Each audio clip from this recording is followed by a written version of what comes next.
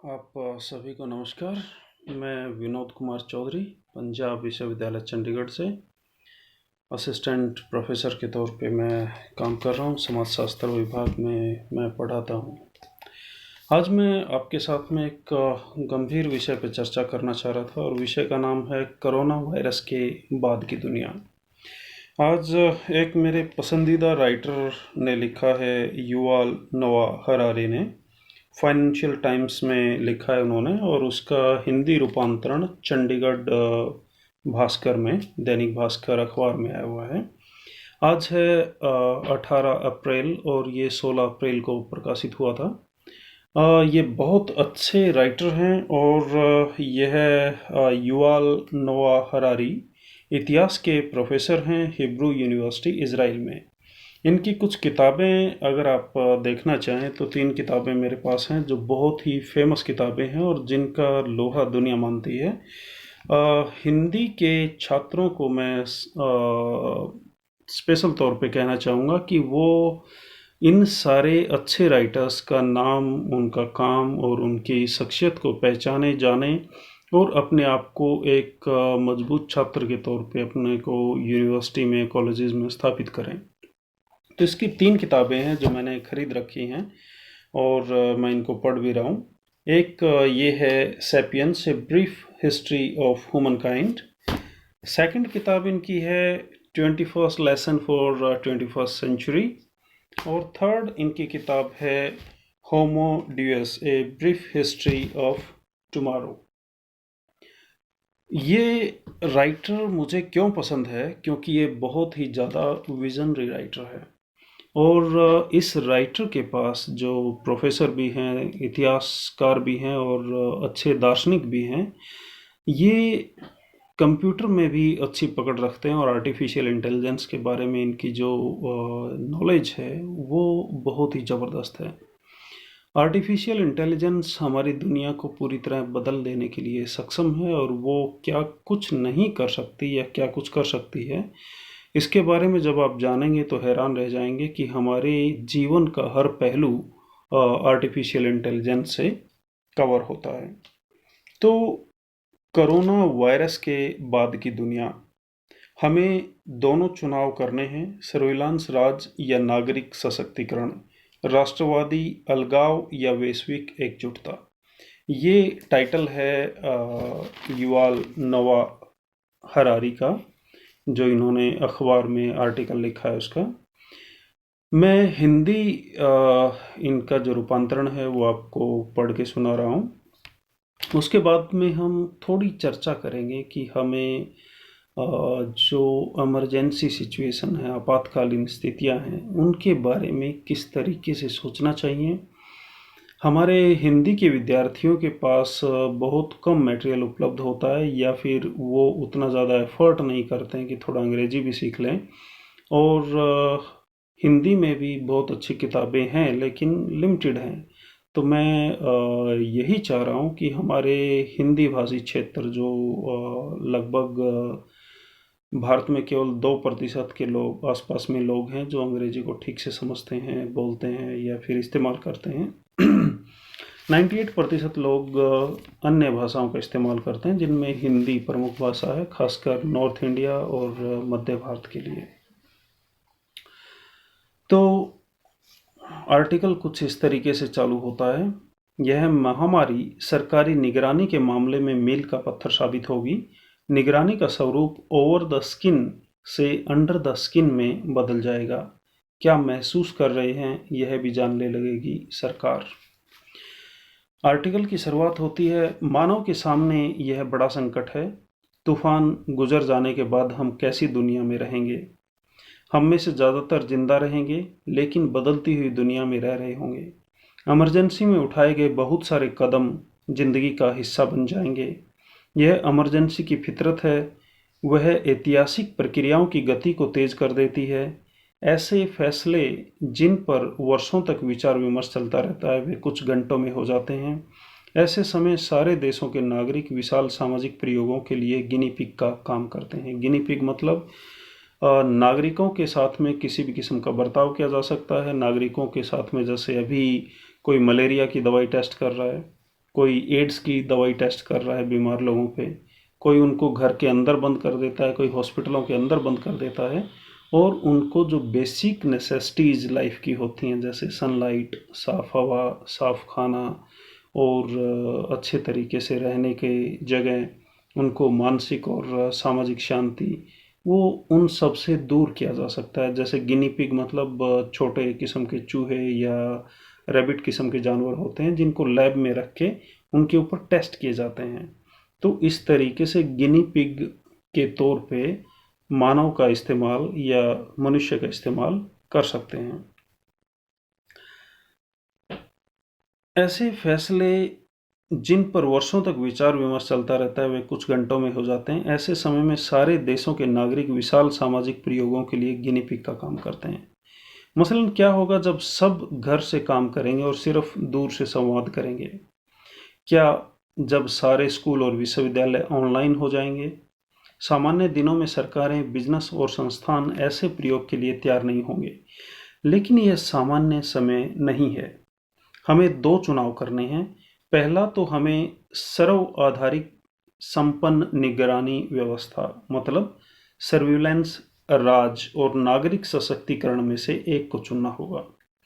दूसरा चुनाव हमें राष्ट्रवादी अलगाव और वैश्विक एकजुटता के बीच में करना होगा। महामारी रोकने के लिए सबको तय नियमों का पूरी तरह से पालन करना होगा। इसे पाने के दो मुख्य तरीके हैं। पहला, सरकार लोगों की निगरानी करे और जो लोग नियम तोड़ें उन्हें दंडित करे। आज मानवता के इतिहास में तकनीक ने इस पहली बार संभव बना दिया है कि हर नागरिक को हर समय निगरानी में रखा जा सकता है। अब इंसानी जासूस की जरूरत नहीं है। हर जगह मौजूद सेंसरों, एल्गोरिदम, कैमरों पर सरकार निर्भर कर सकती है। सबसे खास मामला चीन का है। लोगों ने स्मार्टफोन की निगरानी करके लाखों लाख कैमरों से चेहरे पहचानने की तकनीक का इस्तेमाल किया, जिसको आर्टिफिशियल इंटेलिजेंस बोलते हैं, और लोगों के शरीर का तापमान, मेडिकल स्थिति की जानकारी लेकर चीन ने तेजी से संक्रमितों की पहचान की। इजराइल ने संक्रमण रोकने के लिए उस निगरानी तकनीक के इस्तेमाल का आदेश दिया है जो अब तक आतंकवाद से लड़ने के लिए इस्तेमाल हो रही थी। हाल ही के वर्षों में सरकारें अपनी बड़ी कंपनियां लोगों पर नज़र रखने के लिए, निगरानी और प्रभावित करने के लिए अत्याधुनिक टेक्नोलॉजी का इस्तेमाल करती रही हैं।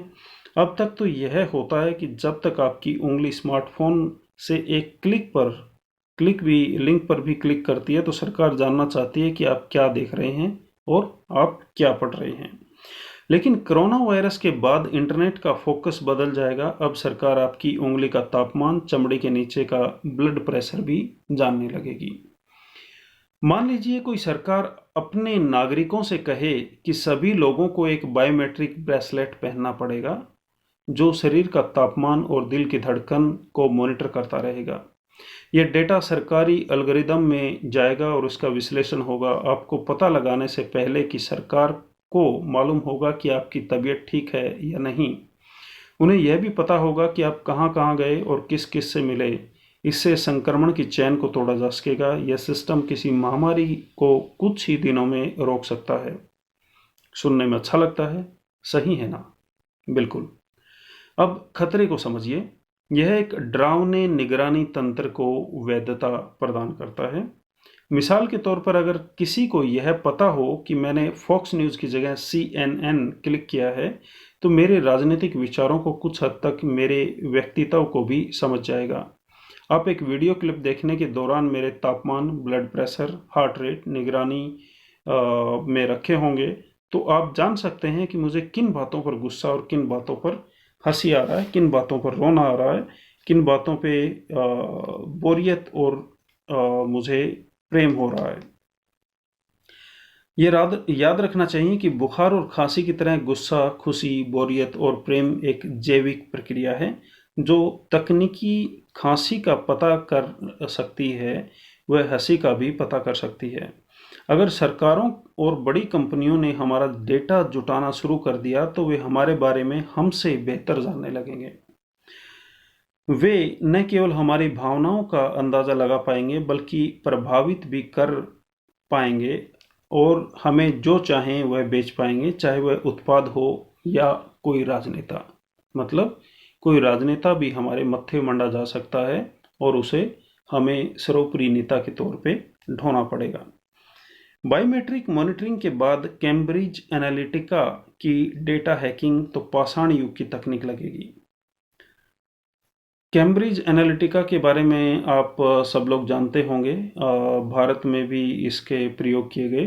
कुछ राजनीतिक पार्टियों ने अपने फायदे के लिए हमारे लोगों का जो डेटा है उसको चुरा कर या कंपनियों से खरीद कर फेसबुक पे जैसे आप डेटा प्रोड्यूस करते हैं या अपने एप्लीकेशंस का इस्तेमाल करके करते हैं, उनका इस्तेमाल करके आपके राजनीतिक फैसलों को प्रभावित करने का उन्होंने कोशिश किया था।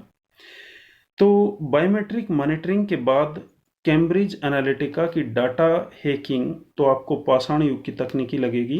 कल्पना कीजिए उत्तर कोरिया में 2030 तक अगर हर नागरिक को 24 घंटे बायोमेट्रिक ब्रेसलेट पहनना पड़े तो महान नेता का भाषण सुनने के बाद जिनका ब्रेसलेट बताएगा कि उन्हें गुस्सा आ रहा था, उनका तो काम तमाम हो जाएगा। आप किंग जोंग उनको जानते होंगे, एक तानाशाह है और कोई भी सरकार चाहेगी कि वो सदियों तक टिकी रहे, कोई भी राजनेता चाहेगा कि मरते दम तक कुर्सी पे रहे। अगर उसने इन टेक्निक का इस्तेमाल करना चालू कर दिया तो आपके हाव भाव को जान जाएंगे और आपको कब निपटाना है उसके बारे में वो फैसला अच्छे से कर पाएंगे। इन्होंने केवल साउथ कोरिया का यहाँ पे एग्जाम्पल दिया है। आप कह सकते हैं कि बायोमेट्रिक सर्विलांस इमरजेंसी से निपटने का अस्थायी व्यवस्था है, इसे हटा दिया जाएगा। लेकिन अस्थायी व्यवस्थाओं की एक गंदी आदत होती है कि वे इमरजेंसी के बाद भी बनी रहती हैं। इजराइल में 1948 में आज़ादी की लड़ाई के दौरान इमरजेंसी की घोषणा हुई थी, जिसके तहत प्रेस सेंसरशिप से लेकर पुडिंग बनाने के लिए लोगों की ज़मीन जब्त करने तक बहुत सारी अस्थायी जो चीज़ें थी वो बनाई गई थी। जी, पुडिंग बनाने के लिए, मैं मजाक नहीं कर रहा हूँ।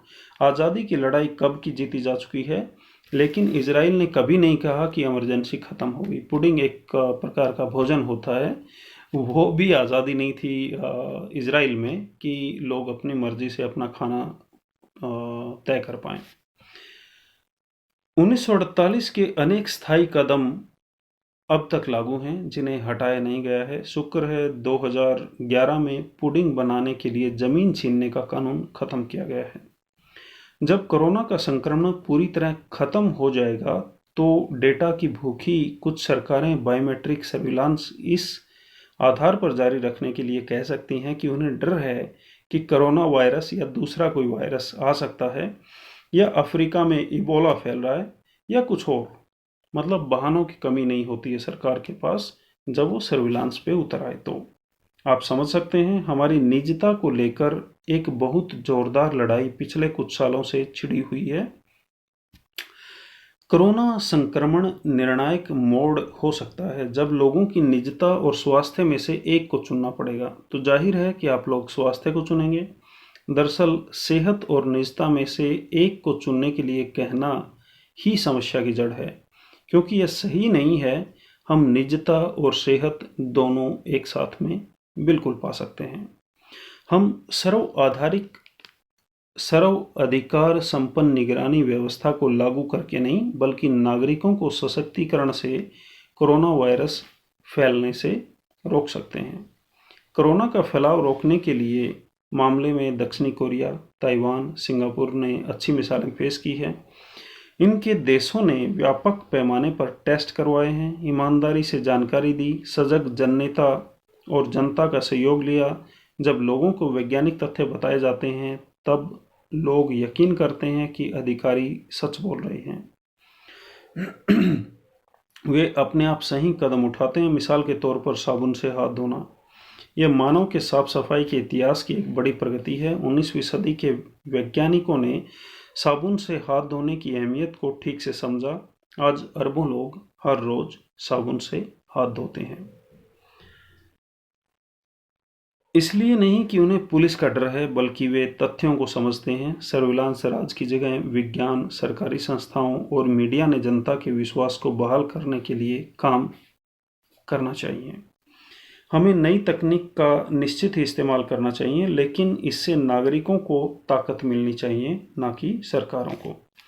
मैं अपने शरीर का ताप, ब्लड प्रेशर मापे जाने के पक्ष में हूं, लेकिन उस डेटा का इस्तेमाल सरकार को सर्वशक्तिमान बनाने के लिए नहीं होना चाहिए। अब दूसरा अहम चुनाव, हमें राष्ट्रवादी अलगाव और वैश्विक एकजुटता के बीच एक चीज को चुनना होगा।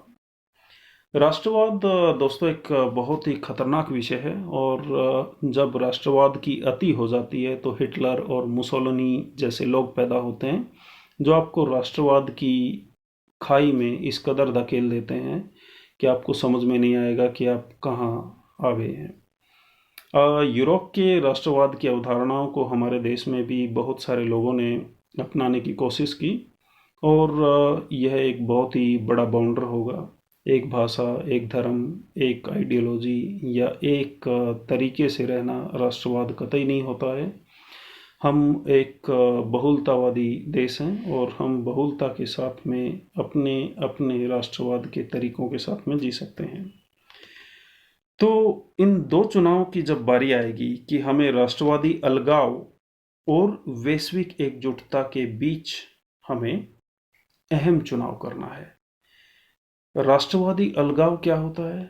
यह एक गंभीर मसला है। जब हम इसको डिस्कस करेंगे तो किसी दूसरे लेख पर हम डिस्कस करेंगे।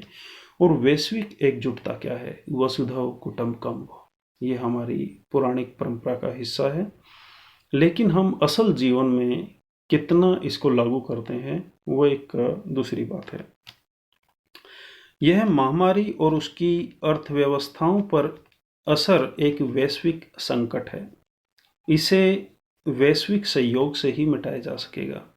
सबसे पहले तो वायरस से निपटने के लिए दुनिया भर के देशों को सूचना का आदान प्रदान करना होगा।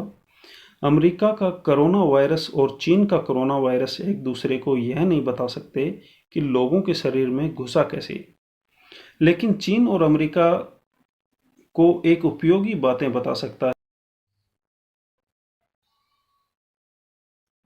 शरीर में वायरस कैसे घुसा यह पता लगाया जा सकता है, लेकिन चीन अमेरिका को कुछ उपयोगी बातें बता सकता है। इटली में डॉक्टर सुबह खोज करता है, वह शाम तक तेहरान में लोगों की जान बचा सकती है। अगर अगर ब्रिटेन की सरकार असमंजस में है तो वह कोरिया से बात कर सकती है, जो ऐसे ही दौर से गुजरा है। लेकिन ऐसा होने के लिए एक वैश्विक सहयोग और आपसी विश्वास की भावना होनी चाहिए। विनम्रता से सलाह मांगनी होगी। अपने देश में ही उत्पादन करने और उपकरणों को जमा करने की कोशिश की जगह समन्वय के साथ किया गया वैश्विक प्रयास अधिक कारगर होगा। जैसे कि लड़ाइयों के समय दुनिया के देश अपने उद्योगों का राष्ट्रीयकरण कर देते हैं, वैसे ही कोरोना से मानव की लड़ाई के दौरान जरूरी चीज़ों के उत्पादन को मानवीय बना देना चाहिए। अर्थव्यवस्था के मोर्चे पर वैश्विक सहयोग की जरूरत है। अर्थव्यवस्था व सप्लाई चेन की वैश्विक प्रकृति को देखते हुए अगर हर देश अपने हिसाब से चलेगा तो संकट और ज़्यादा गहरा जाएगा।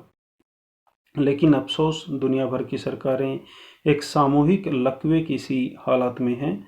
सबसे अमीर 7 देशों के नेताओं ने आपात बैठक पिछले माह टेली कॉन्फ्रेंसिंग से की, जिसमें ऐसा कोई प्लान सामने नहीं रखा जिससे दुनिया एकजुट होकर कोरोना से लड़ सके। 2008 में आर्थिक संकट में अमेरिका ने वैश्विक लीडर की भूमिका निभाई थी, लेकिन इस बार अमेरिका नेतृत्व को टाल दिया है। ऐसा लग रहा है कि मानव के भविष्य से अधिक उसे अमेरिका की महानता की चिंता है। अमेरिकी प्रशासन ने अपने सबसे निकट साझेदारों को भी छोड़ दिया है। अगर अब भी अमेरिका को मौजूदा प्रशासन एक वैश्विक कार्य योजना के साथ में आगे आता है तो बेहतर होगा। लेकिन अगर अमेरिका द्वारा छोड़े गए खालीपन को कोई अन्य देश नहीं भरता है तो न केवल महामारी को रोकना अधिक कठिन होगा, बल्कि इसकी छाप आने वाले सालों तक अंतर्राष्ट्रीय संबंधों को जहरीला करती रहेगी। हमें चुनना है कि हम अलगाववाद की तरफ जाएंगे या वैश्विक एकजुटता के मार्ग पर। अगर हम अलगाव को चुनेंगे तो यह न केवल संकट को लंबा करेगा, बल्कि भविष्य में भी इससे खतरनाक संकट आएंगे लेकिन हम वैश्विक एकजुटता को चुनते हैं तो यह न केवल कोरोना को खिलाफ हमारी लड़ाई में जीत होगी, बल्कि भविष्य के संकटों से निपटने के लिए हम मजबूत होंगे। ऐसे संकट जो 21वीं सदी के मानव के अस्तित्व को ही मिटा सकते हैं। आर्टिकल खत्म हुआ। युवाल नोआ हरारी इतिहास के प्रोफेसर, हिब्रू यूनिवर्सिटी इजराइल से हैं।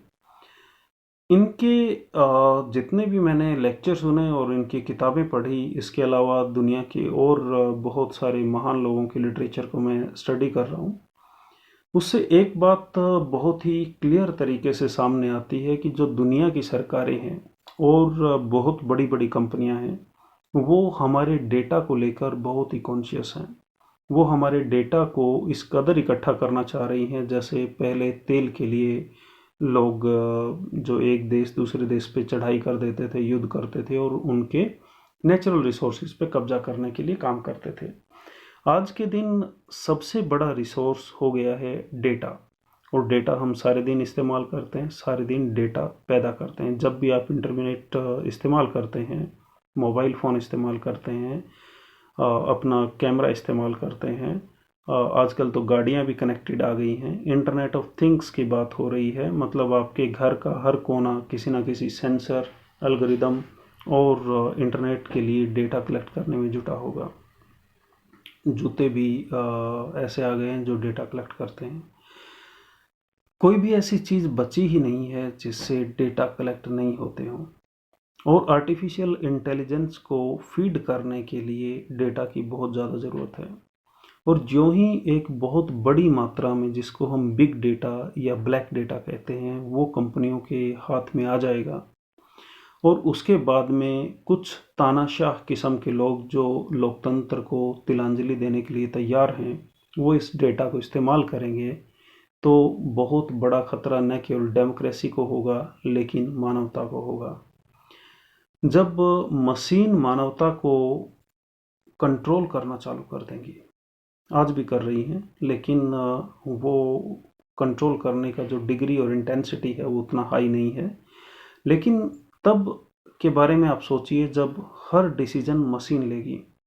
अमेरिका के एक किसी टेड टॉक में एग्जाम्पल आ रहा था कि अमेरिका में एक स्वचालित हथियार चलाने वाला रोबोट उन्होंने इस्तेमाल किया, और पता लगा कि इस रोबोट ने गलती से दर्शकों पर ही हमला करने के लिए निशाना बना लिया था।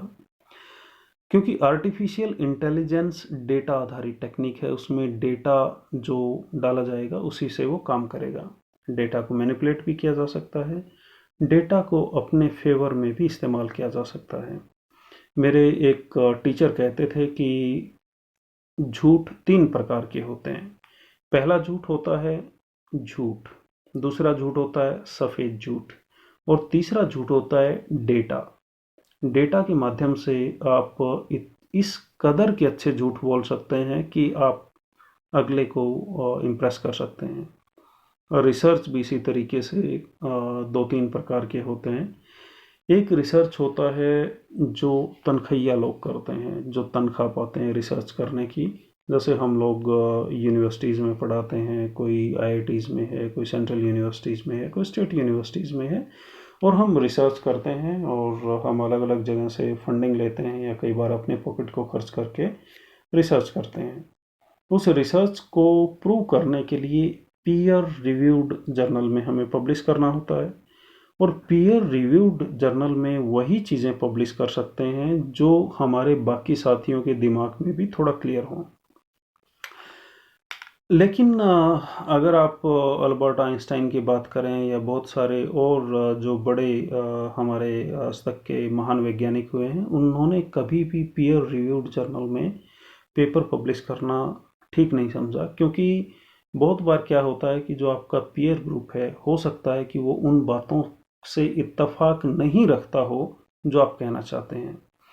तो इस किस्म के जो रिसर्चर होते हैं उनकी लिमिटेशंस होती हैं, उनको सरकार को भी जवाब देना होता है, अपने इंस्टीट्यूशन की भी जवाबदेही होती है, अपने पीयर ग्रुप को भी जवाबदेही होती है। दूसरे किस्म के रिसर्चर होते हैं जो किसी ऑर्गेनाइजेशन के लिए काम करते हैं, खासकर बड़े कॉरपोरेट ऑर्गेनाइजेशन के लिए। सपोज कोई मेडिसिन बना रहा है और वो बोलता है कि हम ये मेडिसिन बना रहे हैं, आपको ये फाइनल रिजल्ट प्रोड्यूस करना है आपके रिसर्च से, आप कैसे करेंगे आपकी मर्जी है। तो असल में यह रिसर्च नहीं हुआ, एक किस्म का फ्रॉड होता है। और ये फ्रॉड इस कदर रचा जाता है कि आपको यकीन दिलाया जाता है कि किस तरीके से हम जो रिसर्च कर रहे हैं वो ना केवल सही है बल्कि बहुत ही महत्वपूर्ण है। ऐसे ही रिसर्च के लिए मुझे एक बार इनवाइट किया गया और मुझे कहा गया कि हम किसी एक रेसिपी को, जो डिब्बाबंद खाने की रेसिपी है, उसको हम टेस्ट करेंगे। तो जब मैंने उनकी रिसर्च मेथडोलॉजी देखी तो मैं जान के हैरान रह गया। उन्होंने लगभग 550 लोगों को लिया और 550 लोगों में से उन लोगों को पहले तो रेंडमली उन्होंने लिया, उनका डेटा कलेक्ट करने के लिए उनसे हमने कंसेंट फॉर्म लिए और उसके बाद में उस डेटा को कलेक्ट किया गया। नियरली 50% लोगों ने उस फूड को रिजेक्ट कर दिया, कहा कि ये सेहत के लिए सही नहीं है, हमें ख़राब महसूस हो रहा है, पेट में दर्द हो रहा है या किसी और किस्म की दिक्कत हो रही है। तो उन्होंने बहुत ही सातिराना तरीके से 50% लोगों को, जिन्होंने ये कहा था कि हमें दिक्कत हो रही है, रिसर्च से निकाल दिया। मतलब बचे हुए 50% लोगों को ही यूनिवर्स मान लिया, सैंपल का एक कंप्लीट हिस्सा मान लिया, उनको 100% बना लिया। इसका मतलब 100% लोगों को वो खाना अच्छा लगेगा। इस तरीके से रिसर्च के माध्यम से जो डेटा कलेक्ट किया जाता है उससे आपके परसेप्शन बनाए जाते हैं, और वो कितना सही कितना गलत है वो एक लंबी स्टोरी है, फिर कभी डिस्कस करेंगे। तीसरे किस्म के रिसर्चर वो होते हैं जो दबंग हैं, सही को सही बोलने की हिम्मत रखते हैं और वो केवल पैसे के लिए काम नहीं करते हैं, पैसा उनके लिए सेकेंडरी होता है। वो रियल रिसर्च करते हैं, रियल डेटा को कलेक्ट करते हैं और उस डेटा के साथ में दिल दिमाग और शरीर जिस तरीके से भी वो खड़े हो सकते हैं पूरी तरह से खड़े होते हैं। वो वही बातें बोलने की हिम्मत रखते हैं जो बाकी दोनों किस्म के रिसर्चर नहीं बोल पाते हैं बहुत सारी वजहों से। और इस तरीके के रिसर्च करने वालों का एक दो लोगों का मैं अगर नाम लूँ, ज़्यादा लोगों का नाम लेना ठीक नहीं रहेगा, तो एक है वंदना शिवा। वंदना शिवा पंजाब विश्वविद्यालय चंडीगढ़ की स्टूडेंट रह चुकी है और आज के दिन एक जानी मानी हस्ती हैं जो इन्वायरमेंट के मामले में रिसर्च करती हैं। उन्होंने बिल गेट्स जैसे जो लोग हैं जो बोलते हैं कि हम बहुत ज़्यादा चैरिटी करते हैं, उस पर भी इल्ज़ाम लगाया कि वो असल में अलग अलग तरीके से चीज़ों को मैनिपुलेट करते हैं और वो नेचुरल रिसोर्सेज और हमारे दिमाग, हमारे सोचने का तरीका, हमारे खाने पीने का बिहेवियर, हमारी एग्रीकल्चर से लेके तमाम सारी चीज़ों पर कब्जा करने के लिए एक चैरिटी का भेष धारण करते हैं। इस तरीके से बहुत सारे और भी रिसर्चर हैं जो हम फिर कभी डिस्कस करेंगे। तो ये युवाल नोआ हरारे के किताबें और जो बाकी रिसर्च हैं और जो बाकी अलग अलग किस्म के झूठ हैं, ये परसेप्शन बनाकर आपको बेचे जाते हैं।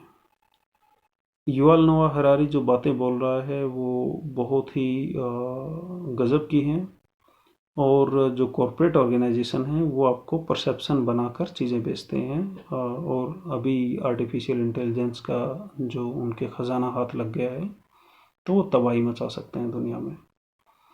आर्टिफिशियल इंटेलिजेंस क्या कुछ कर सकती है, इसकी बानगी अगर आप देखना चाहें तो एक एक बंदे को चुन के मारा जा सकता है।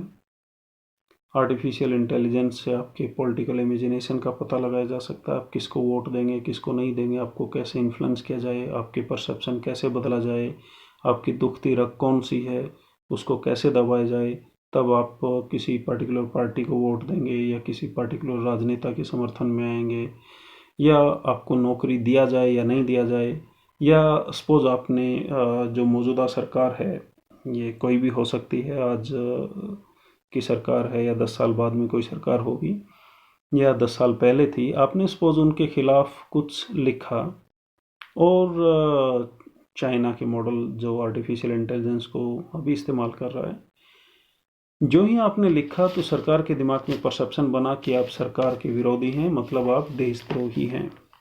और जो ही आप देशद्रोही होते हैं तो आपके ऊपर रिस्ट्रिक्शन लगाया जा सकता है। रिस्ट्रिक्शन कैसा होगा, आपको आने जाने पे प्रतिबंध लगा सकते हैं, आपको रेल का टिकट ना देने के लिए प्रतिबंध लगाया जा सकता है। आपको हवाई जहाज में नहीं बैठने दिया जाए ऐसा प्रतिबंध लगाया जा सकता है। आपका पासपोर्ट कैंसिल कर दिया जाए ऐसा हो सकता है। आपका बैंक अकाउंट सस्पेंड कर दिया जाए, ये भी हो सकता है। और बैंक अकाउंट सस्पेंड करने के लिए एक इंटरेस्टिंग साजिश पूरी दुनिया में चल रही है जिसके बारे में आपको ज़रूर जानना चाहिए। वो साजिश यह है कि डिजिटल इकोनॉमी हमें बना लेनी चाहिए। डिजिटल इकोनॉमी जैसे आपका फेसबुक पे डिजिटल अकाउंट है, आप जब चाहें एक्टिवेट कर दीजिए, जब चाहें उसको डिलीट कर दीजिए, डीएक्टिवेट कर दीजिए। तो आपका उसी तरीके से एक अकाउंट होगा जो वर्चुअल होगा, बैंक के हाथ में होगा। जो ही सरकारों को या हुक्मरानों को या सत्ताधारियों को या बड़े कॉरपोरेट के खिलाफ आप कुछ बोलेंगे तो आपका सिंपली अकाउंट डीएक्टिवेट कर दिया जाएगा और आपके हाथ में कुछ भी नहीं होगा। लेकिन अगर करेंसी चलती है तो आप करेंसी से कुछ खरीद के रख सकते हैं, अपने लिए काम चला सकते हैं या बहुत कुछ कर सकते हैं। तो सरकारों के हाथ में एक अथाह ताकत दे देना उनको तानाशाह बनाने के लिए एक स्टेप है। तो हम क्या ऐसा कर सकते हैं कि हम आर्टिफिशियल इंटेलिजेंस का भी इस्तेमाल करें, लेकिन हम उसका एक एथिक्स के साथ में इस्तेमाल करें। उसके लिए आपको बहुत सारे रूल रेगुलेशन बनाने पड़ेंगे। आपको डेमोक्रेसी को सबसे ऊपर रखना पड़ेगा, कॉन्स्टिट्यूशन को सबसे ऊपर रखना पड़ेगा, नागरिक अधिकारों को आपको सबसे ऊपर रखना पड़ेगा, नागरिक की जो ड्यूटीज़ हैं उनके बारे में आपको सोचना पड़ेगा, नागरिक को स्वतंत्रता आपको देनी पड़ेगी और नागरिक को बोलने का अधिकार देना पड़ेगा। और नागरिक के सोचने, उसके चाल चलन को आप एक सोची समझी साजिश के तहत कंट्रोल नहीं करेंगे। लेकिन आर्टिफिशियल इंटेलिजेंस के दौर में ये लगभग इम्पॉसिबल होगा, क्योंकि इंटरनेट ऑफ थिंग्स की अगर हम बात करते हैं तो हर चीज़ आपके लिए डेटा प्रोड्यूस करेगी। आपको लगेगा कि अच्छा हो रहा है, आप डेटा प्रोड्यूस कर रहे हैं वगैरह वगैरह, लेकिन असल में वो आपके गले की घंटी होगी। तो इस मुद्दे पे हम बहुत सारी और भी चर्चा जारी रख सकते हैं, लेकिन मैं अपनी वार्ता को यहीं विराम देना चाहूँगा। और हिंदी भाषी छात्रों को, खासकर ग्रामीण क्षेत्र से आने वाले छात्रों के लिए मेरा एक सुझाव है कि आप अलग अलग सोर्सेज से पढ़ना चालू कर दीजिए। आप चाहे समाजशास्त्र के विद्यार्थी हैं, चाहे मेडिसिन के हैं, या किसी भी और विषय के विद्यार्थी हैं, पॉलिटिकल साइंस या कॉमर्स के हैं, या फिर आप फिलोसफी पढ़ रहे हैं या जो भी पढ़ रहे हैं, उसमें बहुत सारे नेशनल इंटरनेशनल अच्छे रिसर्चर को पढ़ना चालू कर दीजिए। अपना जो दिमाग में परसेप्शन है वो घटिया मीडिया से मत बनाइए। आज के दिन में टेलीविज़न और अखबारों में जो खबरें पढ़ रहा हूँ वो बहुत ही दोयम दर्जे की हैं, इतनी ख़राब कि वो आपके दिमाग को ख़राब कर सकती हैं, आपको एक मानव बम में तब्दील कर सकती हैं। तो टेलीविज़न को मैंने तो अपने कचरे के डब्बे में डाल दिया है, आप भी डाल दीजिए। आपका दिमाग भी शांत रहेगा और आप अच्छा लिटरेचर सीखने, पढ़ने, समझने के लिए तैयार रहेंगे। अखबार को भी ज़्यादा भाव मत दीजिए, केवल उन्हीं खबरों को छांटिए जो सही हैं या जिनकी आप तस्दीक कर सकते हैं। अपने दिमाग का इस्तेमाल करना सीखिए। डिग्री लेने से कुछ नहीं होने वाला है।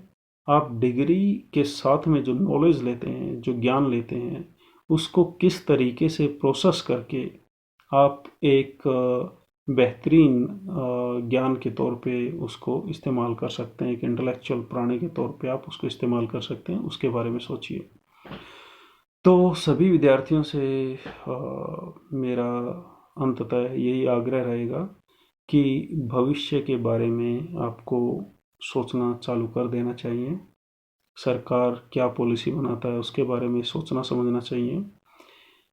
विभिन्न विषयों में कौन लोग कितना अच्छा रिसर्च कर रहे हैं उनके बारे में आपको पढ़ना सीखना चाहिए।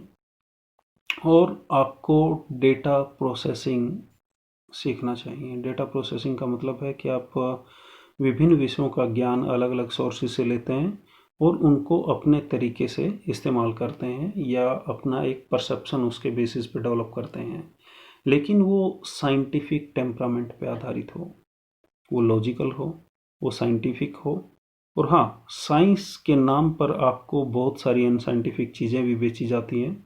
जैसे चंडीगढ़ का ही आप एग्जाम्पल लीजिए, 86% महिलाओं के जो डिलीवरी होती है उसको सिजेरियन तरीके से करते हैं, और उसको बहुत अलग अलग खूबसूरत नामों से या फिर डरा धमका के जैसे भी एक कारोबार के तौर पे बदल दिया गया है। वो क्यों हुआ, कैसे हुआ, एक वो लंबी स्टोरी है। तो साइंस के नाम पे बहुत सारी अनसाइंटिफिक चीज़ें भी होती हैं और बहुत सारे गलत काम भी होते हैं। तो आपको अपने कॉन्शियसनेस को जगाना है, साइंटिफिक टेम्परामेंट के साथ में सोचना है, आपको रैशनैलिटी के साथ में सोचना है, आपको लॉजिकल होके सोचना है, हर बात को, हर फैक्ट को वेरीफाई करना है, और आप डिफरेंट नॉलेजेस को प्रोसेस करना अपने दिमाग में सीखेंगे तो आपके लिए एक बेहतरीन चीज़ वो बन जाएगी। तो इसी के साथ मैं अपनी वाणी को विराम देना चाहूँगा। मैं विनोद कुमार चौधरी, पंजाब विश्वविद्यालय चंडीगढ़ से, assistant professor, department of sociology. नमस्कार। आज है 18 अप्रैल 2020। धन्यवाद।